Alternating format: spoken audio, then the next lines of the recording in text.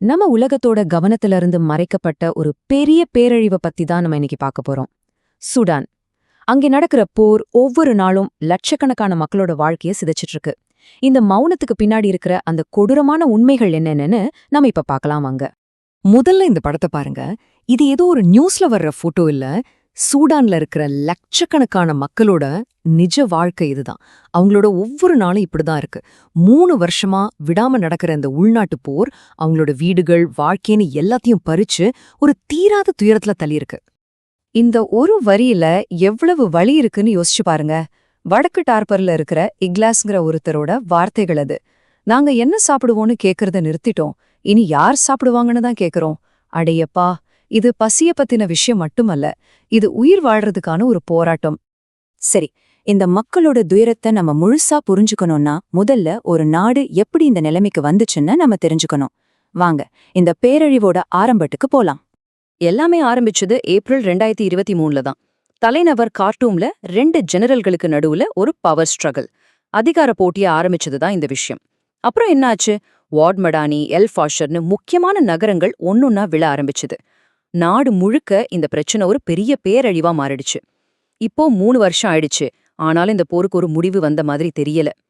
அப்போ இந்த நாட்டையே 2ஆ பிரிச்சு வச்சிருக்கிற அந்த 2 தரப்பு யாருன்னு இப்ப நம்ம பார்க்கலாம். ஒரு சைடுல நாட்டோட அதிகாரப்பூர்வ இராணுவமான சூடான் ஆயுதப்படைகள், இதோட தலைவர் ஜெனரல் புர்ஹான். இன்னொரு சைடுல ஹெமிட்டின்னு சொல்ற ஒரு தளபதியோட தலைமையில இருக்கிற துணை இராணுவ குழு, அதாவது ரேபிட் சப்போர்ட் ஃபோர்சஸ். இந்த 2 பெரிய சக்திகளுக்கும் நடுவுல நடந்த அதிகாரப் போட்டி தான் சூடானோட இந்த நிலைமைக்கும் மூல காரணம். வெறுமனே வார்த்தையில சொல்றதை விட இந்த போட்டோவே அந்த போரோட கொடூரத்தை நமக்கு அப்படியே காட்டுது இல்லையா? பாருங்க, தலைநகரோட தெருக்களே போர்க்களமா மாறிடுச்சு.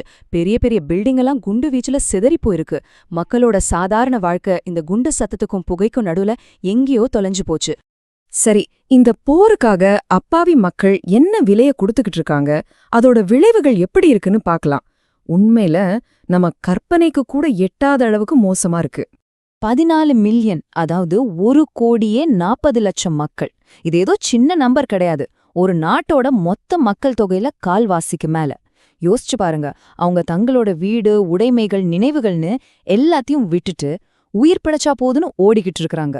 இதுதான் இன்னைக்கு உலகத்திலே மிகப்பெரிய இடப்பெயர்வு நெருக்கடி. பொது இடங்கள்லாம் இப்போ கல்லறையா மாறிடுச்சு. காலி வீடுகளை யார் வேணாலும் சூறையாடலாம். எங்க குடும்பத்தோட ஒரே நம்பிக்கை எப்படியாவது உயிரோட இருக்கணுங்கிறது மட்டும்தான். இது கார்ட்டூம்ல இருக்கிற அஹ்மத் ஹம்மாதுங்கிற ஒரு அப்பாவோட வார்த்தைகள். ஒவ்வொரு நாளையும் உயிரோட கடந்துட்டா அதுவே பெரிய சாதனைன்னு ஆயிடுச்சுன்னா அந்த வாழ்க்கையோட பயங்கரத்தை பாருங்க. போர்ல வன்முறை ஒரு ஆயுதம்னா பஞ்சம் அதோட இன்னோட கொடூரமான ஆயுதம். இப்போ சூடான மெல்ல மெல்ல கொன்னுட்டு இருக்கிற அந்த பஞ்சத்தோட கோர முகத்தை நாம பார்க்கலாம். சும்மா இல்ல, 2.5 கோடி மக்கள். இது சூடானோட மொத்த மக்கள் தொகையில பாதிக்கு மேல. இவங்க எல்லாருமே பஞ்சத்தோட விளிம்புல வாழ்ந்துட்டு இருக்காங்க.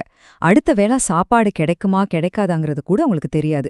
இந்த நம்பரை கேட்கும்போது மனசே நொறுங்கி போகுது. 5,22,000 குழந்தைகள் வெறும் ஊட்டச்சத்து குறைபாட்டால இறந்து போயிருக்காங்க. குழந்தைகள், இந்த போரோட அப்பாவி உயிர்கள் இப்படிதான் பறிபோய்கிட்டு இருக்கு. பசியோட கொடுமை எந்த அளவுக்கு போயிருக்குன்னா, மக்கள் உயிரோட இருக்கிறதுக்காக மரத்துல இருக்கிற இலைகளையும் ஆடு மாடுகளுக்கு போடுற தீவனத்தையும் சாப்பிட ஆரம்பிச்சிருக்காங்க. இது ஏதோ கற்பனை கதையில்ல, இதுதான் சூடானோட நிஜம். பசி ஒரு பக்கம், நோய் ஒரு பக்கம் வாட்டும்போது சரி உதவிக்கு போலான்னா ஹாஸ்பிட்டல் கூட இல்ல. இங்க பாருங்க, சண்டை நடக்கிற பகுதிகள்ல 70% மருத்துவமனைகள் இயங்கல. இதோட அர்த்தம் என்ன? லட்சக்கணக்கான மக்களுக்கு மெடிக்கல் ஹெல்ப் கிடைக்க எந்த வழியுமே இல்ல. ஹாஸ்பிட்டல்ஸ் இல்லாததால காலரா, மலேரியா மாதிரி நோய்கள் வேகமா பரவுது. இது பத்தாதுன்னு இருக்கிற மருத்துவமனைகள் மேலேயே தாக்குதல் நடத்துறாங்க. பாலியல் வன்முறைய ஒரு போர் கருவியா பயன்படுத்துறாங்க. இப்படி ஒண்ணு மேல ஒன்னா பேரழிவுகள் வரும்போது பசியால வர்ற துன்பம் இன்னும் அதிகமாகுது. சரி, நாம இப்போ இந்த விஷயத்தோட ரொம்ப முக்கியமான, அதே சமயம் ரொம்ப கவலைக்குரிய ஒரு பகுதிக்கு வந்திருக்கோம்.